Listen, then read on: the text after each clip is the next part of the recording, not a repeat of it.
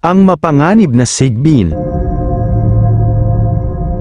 Sa isang malayong bayan na napapaligiran ng makapal na kagubatan, mayroon isang misteryosong nilalang na kilala bilang ang sigbin. Ang mga kwento tungkol dito ay madalas na kinukwento ng mga matatanda sa mga kabataan upang sila ay maging matalino at huwag magpahuli sa dilim. Ang sigbin ay hindi basta-basta isang halimaw. Ito ay sinasabing isang masamang espiritu na nagmula sa pinakamalalim na bahagi ng kagubatan, na naghahanap ng mga kapahamakan para sa mga taong walang malay. Sa alamat, ang sigbin ay inilalarawan bilang isang malaking hayop na may katawang katulad ng kambing o baka, pero may mahabang buntot at malalaki at manipis na pakpak. Ito ay may dalawang malalaki at nakakatakot na mata na parang apoy, at ang kanyang bibig ay puno ng matalas na ngipin, pero ang pinakamasamang detalye ay ang kanyang tawa, isang malakas at kakilakilabot na sigaw na maaaring marinig mula sa malayo, na siyang simbolo ng pagdating ng kamalasan. Sinabi pa rin sa mga alamat na ang sigbin ay aktibo lamang sa gabi, lalo na tuwing Biyernes Santo o kapag ang buwan ay waning crescent. Sa panahong ito ay lumalabas mula sa mga butas ng lupa o sa ilalim ng mga puno upang manghuli ng mga bata na wala pang binyag.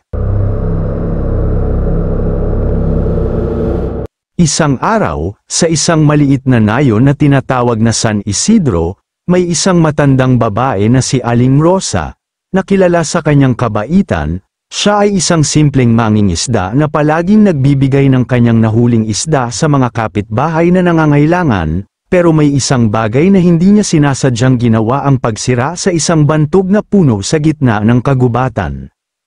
Noong isang tag-init, habang hinahanap ni Aling Rosa ang mga damo para sa kanyang mga alagang kambing, nasira niya ang isang malaking puno na sinasabing tirahan ng mga engkanto at espiritu. Hindi niya alam na sa ilalim ng puno na iyon ay naninirahan ang isang masamang sigbin, na nagagalit dahil sa kanyang panggigiba.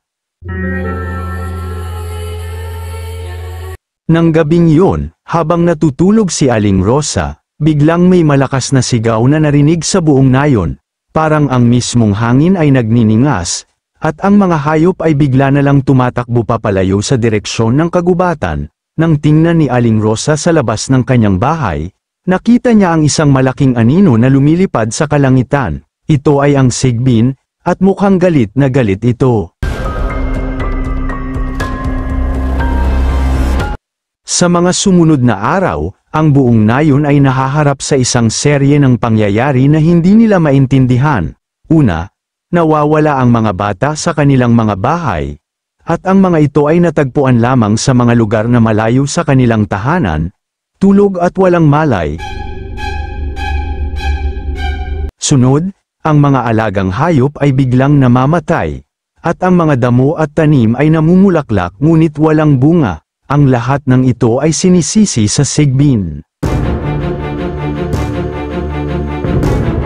Si Aling Rosa, na may takot sa loob, ay humingi ng tulong sa isang lokal na babaylan o manggagamot na kilala sa pangalan na Mang Kiko. Si Mang Kiko ay isang matandang lalaki na may malalim na kaalaman sa mga espiritu at mga pamahiin. Sinabi niya kay Aling Rosa na ang sigbin ay hindi lamang isang hayop, kundi isang espiritong galit dahil sa pagkasira ng kanyang tirahan. Kailangan mong humingi ng tawad sa iyong kasalanan, sabi ni Mang Kiko, pero hindi mo ito gagawin ng mag-isa. Dapat kang maghanda ng isang handog, isang espesyal na handog na maaaring mapawi ang galit ng sigbin. Inatasan si Aling Rosa ng babaylan na maghanda ng isang handog na binubuo ng mga bagay na mahalaga sa kultura ng mga espiritu. Isang malaking basket na puno ng mga prutas, isang bote ng tubig na hinugasan mula sa isang banal na bukal, at isang piraso ng damit na sinulid-sulid niya mismo gamit ang kanyang sariling kamay. Kailangan din niyang magdasal at magpatawad sa kanyang mga kasalanan. Sa susunod na gabi, dinala ni Aling Rosa ang handog sa gitna ng kagubatan, sa mismong lugar kung saan niya sinira ang puno. Nang dumating siya roon, naroon na ang sigbin, nakatayo sa ilalim ng isang malaking puno, ang kanyang mga mata ay nagliliyab at ang kanyang buntot ay gumagalaw-galaw sa galit. Ano ang gusto mong gawin? Ang malakas na boses ng Sigbin na parang kulog. Bakit ka narito? Kinuha ni Aling Rosa ang kanyang lakas ng loob at sinabi, "Pasensya na po ako, mahal na Sigbin, hindi ko sinasadyang sirain ang inyong tirahan, narito ako upang ipakita ang aking paghingi ng tawad at magbigay ng handog bilang simbolo ng aking paggalang." Tumahimik ang Sigbin, at para bang binabasa ang kanyang puso, pagkatapos ng ilang saglit, umiling ito at sinabi, "Sige, tanggap ko ang iyong handog, ngunit isaalang-alang mo ito, huwag mo nang uulitin ang iyong mga kasalanan, ang kalikasan ay bahagi ng ating lahat, at dapat nating protektahan ito." Pagkatapos noon, nawala ang Sigbin sa ere, at mula noon, ang nayon ay bumalik sa normal, walang nawawalang bata, walang namamatay na hayop, at ang mga tanim ay muli na namunga.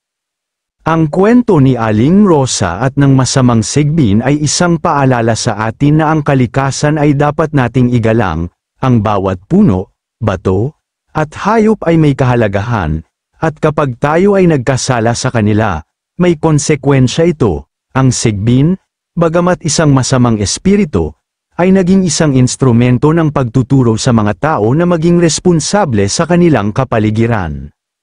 At kaya nga, sa bawat beses na marinig mo ang kwento ng Sigbin, tandaan mo, huwag magpahuli sa dilim, at lalo na, huwag kalimutan na magmahal at mag-ingat sa kalikasan. Maraming salamat sa muling pakikinig ng maikling kwento. Kung gusto mo pang makinig ng iba't ibang kwento, bisitahin ang playlist ng mga kwentong kababalaghan sa aking YouTube channel, at huwag kalimutang i-subscribe ang Jonas Mini Vlog para updated ka sa bawat kwento.